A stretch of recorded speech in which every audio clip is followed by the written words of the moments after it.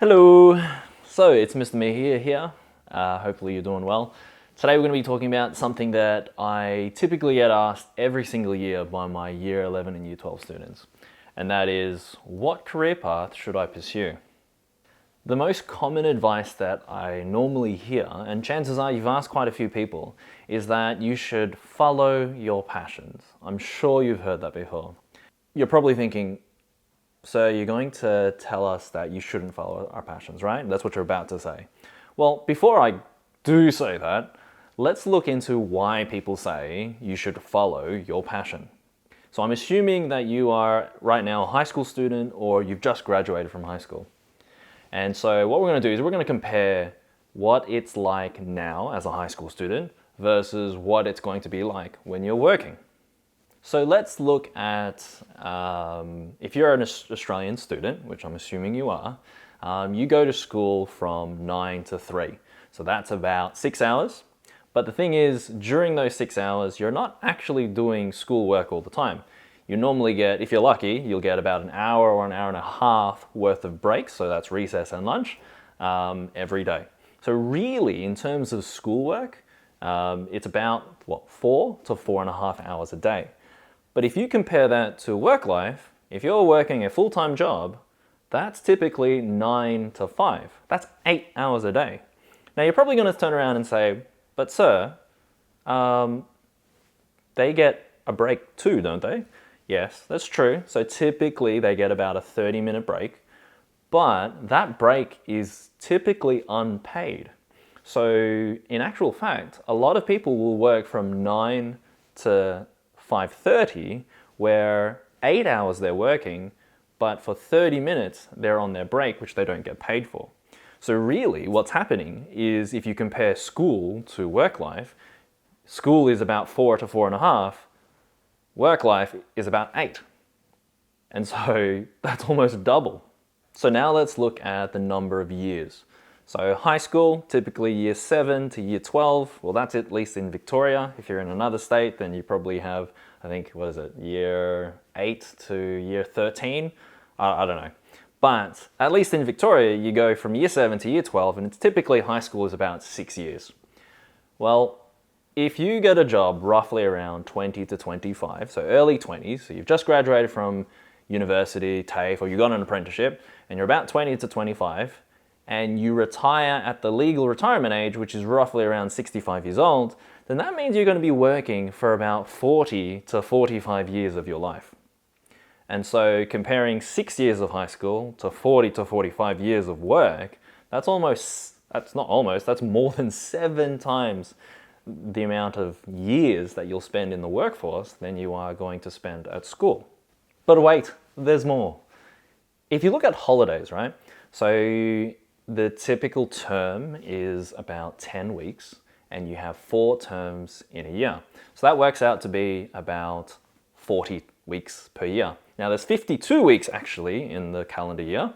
And so if you're at school for 40 weeks, and there's 52 weeks in total, then that means you get about 12 weeks worth of holidays per year. Now, once you start working, the average workplace will give you about only 4 weeks of holidays or annual leave per year. And so that's a third. You get 12 weeks worth of holidays at school, you only get 4 in the workplace. Now, you're all probably thinking, but sir, oh wow, work sucks. Like it's intense. Well, that's understandable. And this is the reason why they say you should follow your passion. Because imagine doing a subject that you absolutely hate doing, but now you're doing that every day for twice the amount of hours per day for 7 times more years than high school, and you get less holidays. Imagine doing a job that you just hate, a job that you just don't like to do. That's the reason why they say follow your passion. And if you think about it, your working life is about 40 to 45 years, and let's say you die at the age of 80 or 90, 40 to 45 years is almost half, if not maybe more, years of your life. And so are you spending 40 to 45 years of your life doing something you hate? or doing something that you absolutely love. And so that's the reason why they say follow your passion. But now I'm going to go into why following your passion is not necessarily the best way to go about selecting a career path that you want to pursue. So the thing is, passion is good. Passion's not bad.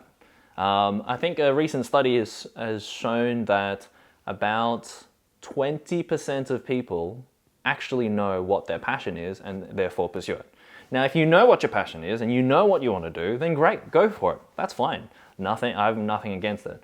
But this video is now directed towards the 80% of people who don't really know what their passions are or that are not overly excited about one particular topic. What should you do? And so let's look at the definition of passion. Right? So what's something that's passionate or something that you're passionate about? So Google defines passionate as a strong and barely controllable emotion. The reality is emotions change.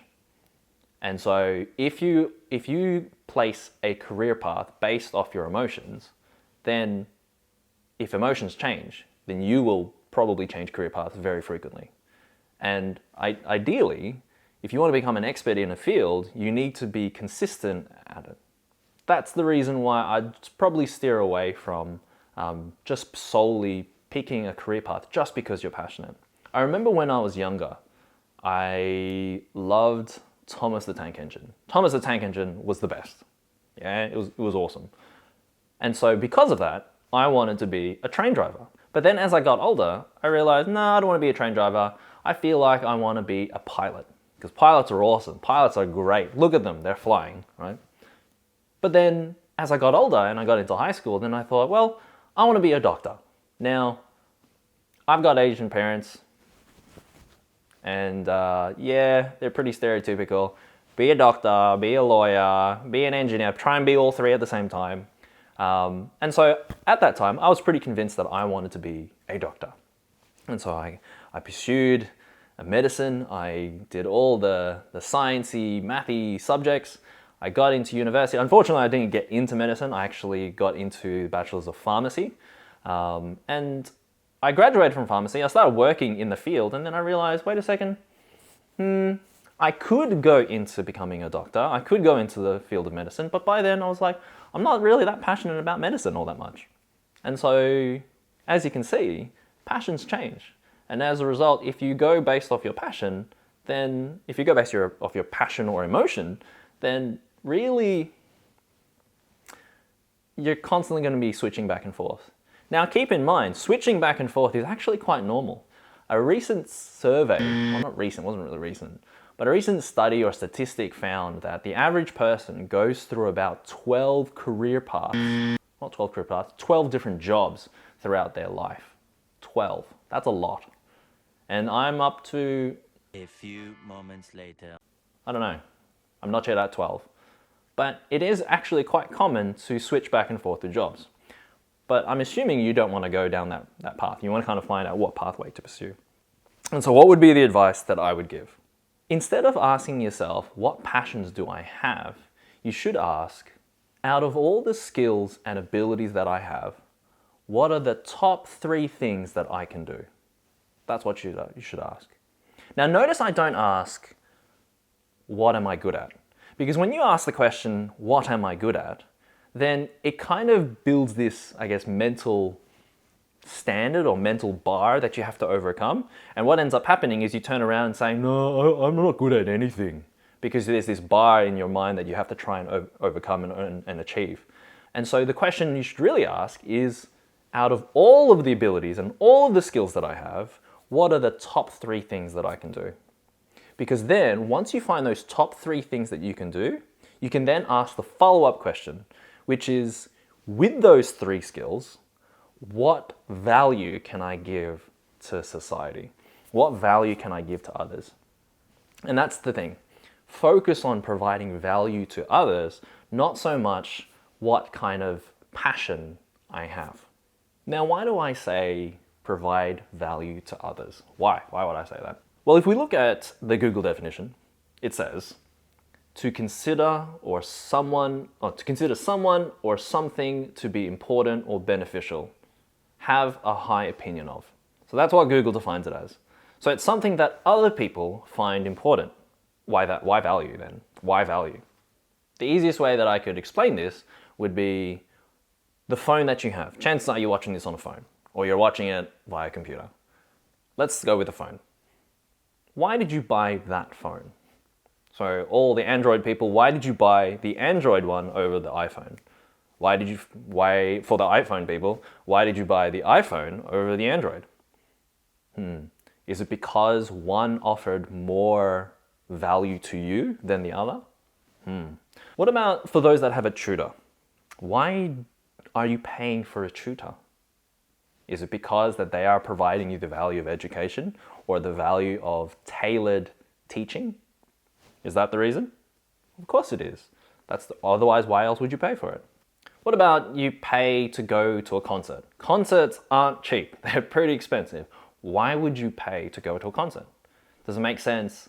The music that they provide to you, the music that they play, is of great value to you. You want to listen to it. That's something that's exciting for you. So that as a result, that gives you value. As you can see, a lot of career paths really comes down to being able to provide value to others. You look at most career paths, and I say most, right? Most of the career paths, it's usually because they provide some sort of value to others. And now when I say value, I'm not talking just about, health, money, products, anything that other people value. And so you should ask the question, out of all the skills that I have, what are the top 3 things that I can do? And out of those 3 things, what value can that give to others? And that's the career path you should pursue.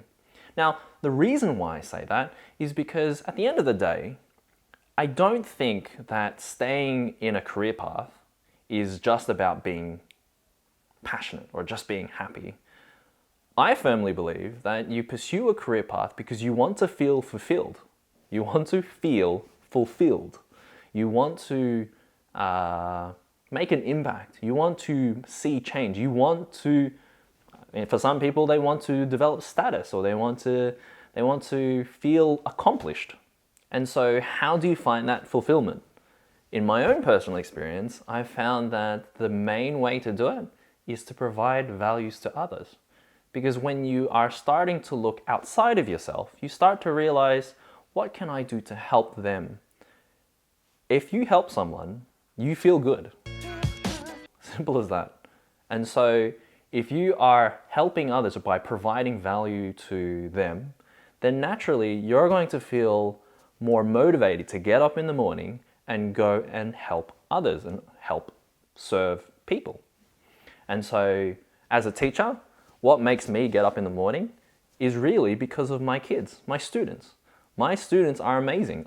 They are absolutely amazing. I'll be honest, I don't have kids. I don't have my kids of my own just yet. But I treat them as if they're my own kids. And what gets me up in the morning? It's them. Because I want to provide value to them. I want to educate them. I want to inspire them. And so that's why I do it. I think if we were to compare providing values to others, not values, but providing value to others compared to finding your own passion, I dare say finding your own passion is somewhat selfish in comparison to providing value to others. Instead of thinking, what will make me happy, the question is now, what will make others happy? Now, I'm not saying that you shouldn't look out for yourself. At the end of the day, if you look out for yourself, you should be fine, right? But a weird paradox that I've noticed throughout my couple years of life is that if you focus on helping others, naturally, they will help you.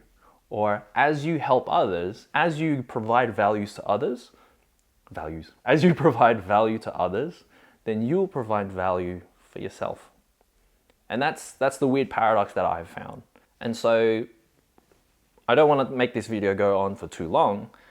In a nutshell, if you're struggling to find a career path, I'd ask these 2 questions. And those questions are, out of all the skills that I have, out of all the abilities that I have, what are the top 3 things? And then ask the question, out of those 3 things, what value can I give to others? Now make a list. Make a list of any 10. You don't have to love all 10, Just make a list of 10. In the next video, I'm going to give you 5 things that you can do with that list of 10 so that you can really narrow down and find out which career path to pursue. If you want to stay tuned, please like and subscribe. Don't forget to hit the bell icon down below. I can't believe I'm actually saying this, but yeah, there you go.